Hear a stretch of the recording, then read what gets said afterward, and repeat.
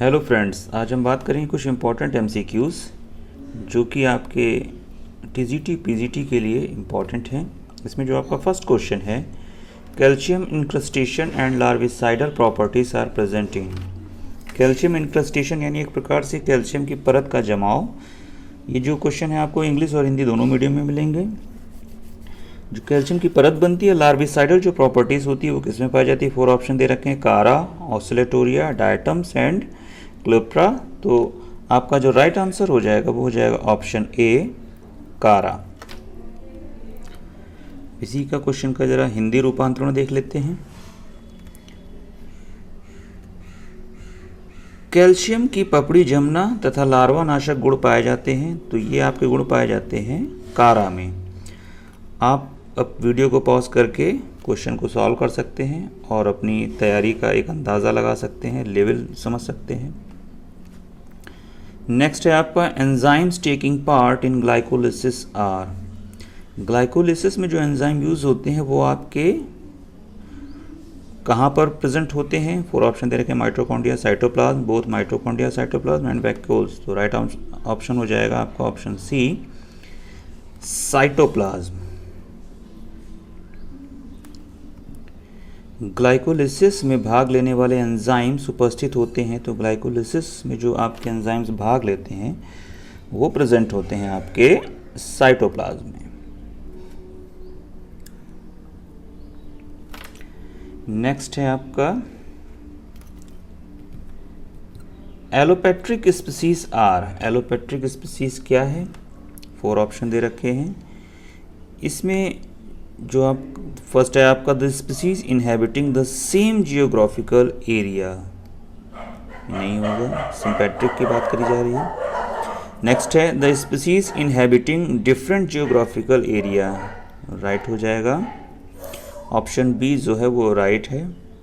The species, बाकी से option आपके रॉन्ग ही होंगे। अब यहाँ पर आपका हिंदी में देख लेते हैं। एलोपेट्रिक प्रजातियां हैं। एलोपेट्रिक प्रजातियां क्या हैं? तो एलोपेट्रिक प्रजातियां वे प्रजातियां जो भिन्न भौगोलिक क्षेत्रों में पाई जाती हैं। राइट आंसर हो जाएगा ऑप्शन बी। नेक्स्ट है the ability of certain DNA sequences in the genome to move from one side to another without any sequence relationship is called। तो इसमें जो आपका राइट आंसर हो जाएगा, चूंकि इसमें पोजीशन केवल चेंज हो रही है, तो राइट आंसर हो जाएगा आपका ऑप्शन सी, ट्रांसपोजिशन। इसी को हिंदी में देख लेते हैं जरा। जीनोम में उपस्थित कुछ ऐसे डीएनए अनुक्रमों का बिना किसी अनुक्रमिक संबंध के एक स्थान से दूसरे स्थान पर स्थानांतरित होने की योग्यता कहलाती है। तो ये आपकी योग्यता कहलाती है ऑप्शन सी, ट्रांसपोजिशन। नेक्स्ट है if the cells of the root of an angiosperm have 12, का मतलब है रूट में है तो 2n नंबर ऑफ क्रोमोसोम्स हैं।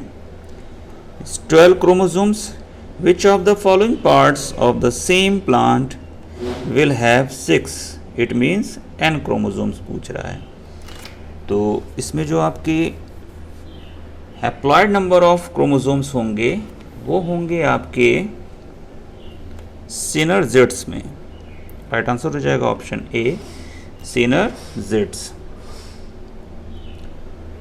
यदि आवृत बीजी की जड़ों की कोशिकाओं में गुणसूत्रों की संख्या 12 है, तो उसी पौधे के निम्नलिखित में से किस भाग में, किसी नहीं होगा, किस भाग में 6 गुणसूत्र होंगे? तो राइट आंसर हो जाएगा ऑप्शन ए, सिनर्जिड्स में। नेक्स्ट है the substrate for photo respiration is. तो सबस्ट्रेट जो होता है फोटो रेस्पिरेशन के लिए वो होता है आपका option A, glycolate. Photo respiration के लिए क्रियाधार होता है, तो फोटो रेस्पिरेशन के लिए क्रियाधार होता है आपका ऑप्शन ए ग्लाइकोलेट। नेक्स्ट है फूड पॉइजनिंग यानी botulism is caused bye infection of a species of, और ऑप्शन दे रखे हैं Clostridium, Azotobacter, lactobacillus and rhizobium. तो इसमें जो आपका राइट आंसर हो जाएगा वो हो जाएगा ऑप्शन ए क्लॉस्ट्रीडियम, फूड पॉइजनिंग के लिए रिस्पॉन्सिबल होता है। नेक्स्ट है भोजन का विष रूप में होना बॉटुलिज्म उत्पन्न होता है, तो ये आपका जो उत्पन्न होता है वो होता है ऑप्शन ए क्लॉस्ट्रीडियम प्रजाति के संदूषण से।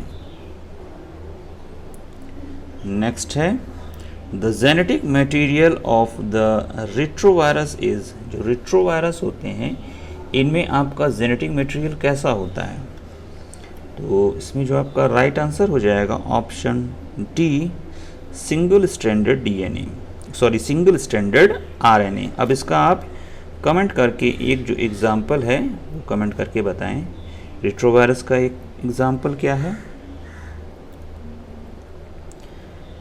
रेट्रोवायरस का अनुवांशिक पदार्थ होता है, तो रेट्रोवायरस का जो अनुवांशिक पदार्थ होता है ज़्यादातर वायरस में आपका सिंगल स्ट्रैंडेड आरएनए ही होता है, तो राइट आंसर हो जाएगा option A D single stranded RNA. Next है the famous Bengal famine 1942 occurred due to, जो बंगाल फेमाइन था 1942 का वो आपका किसकी वजह से था, late blight potato, leaf spot rice, leaf blight of wheat या टंडू डिसीज ऑफ व्हीट। तो राइट आंसर हो जाएगा आपका option B leaf spot of rice.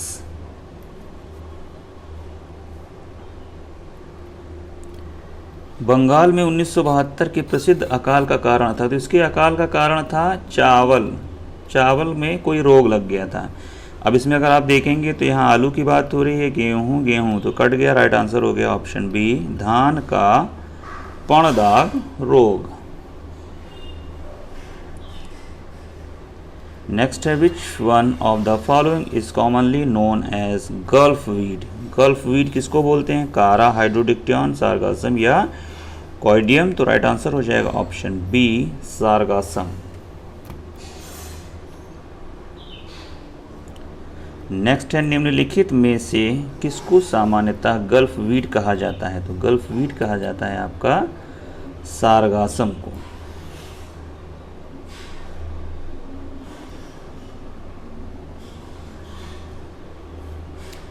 Next है वाइल्ड फायर टॉक्सिन।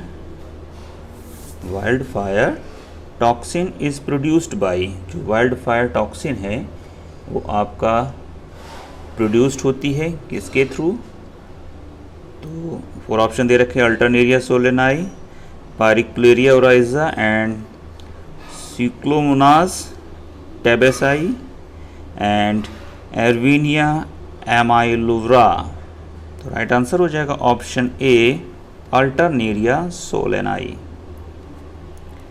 हिंदी में देख लेते हैं इसको, वाइल्ड फायर टॉक्सिन पैदा होता है, तो वाइल्ड फायर टॉक्सिन पैदा होता है अल्टरनेरिया सोलेनाई द्वारा।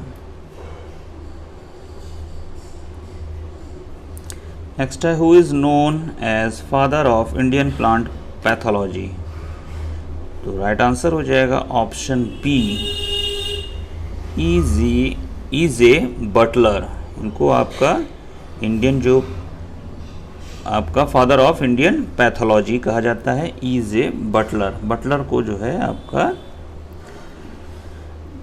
कौन भारत में पादप रोग विज्ञान के जनक के रूप में जाने जाते हैं, तो राइट आंसर हो जाएगा ऑप्शन बी ईजे बटलर।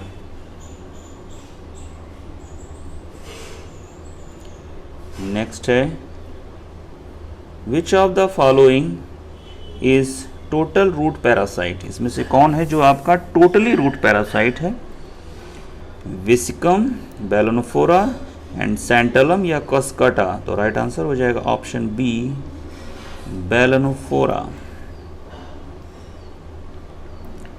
निम्नलिखित में से कौन एक पूर्ण मूल पराश्रयी है? तो राइट आंसर हो जाएगा ऑप्शन बी, बेलनोफोरा। नेक्स्ट है, which of the following develops nodules on the surface of leaf. इसको ध्यान रखिएगा, कहीं रूट में ना चले जाएगा। Leaf and fixes nitrogen. तो इसमें आपके 4 ऑप्शन दे रखे हैं, एजेटोबैक्टर, क्लिप्सिलिया या नाइट्रोसोमोनास, स्यूडोमोनास। राइट आंसर हो जाएगा ऑप्शन बी, क्लिप्सिलिया।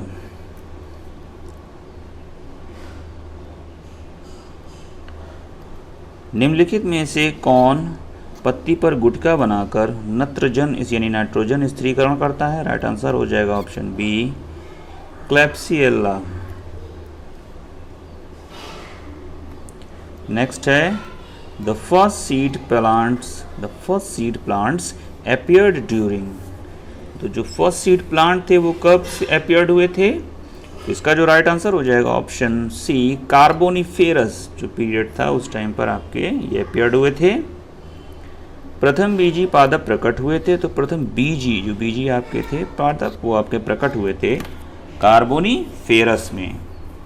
तो ये थे कुछ इंपॉर्टेंट MCQs। Thank you.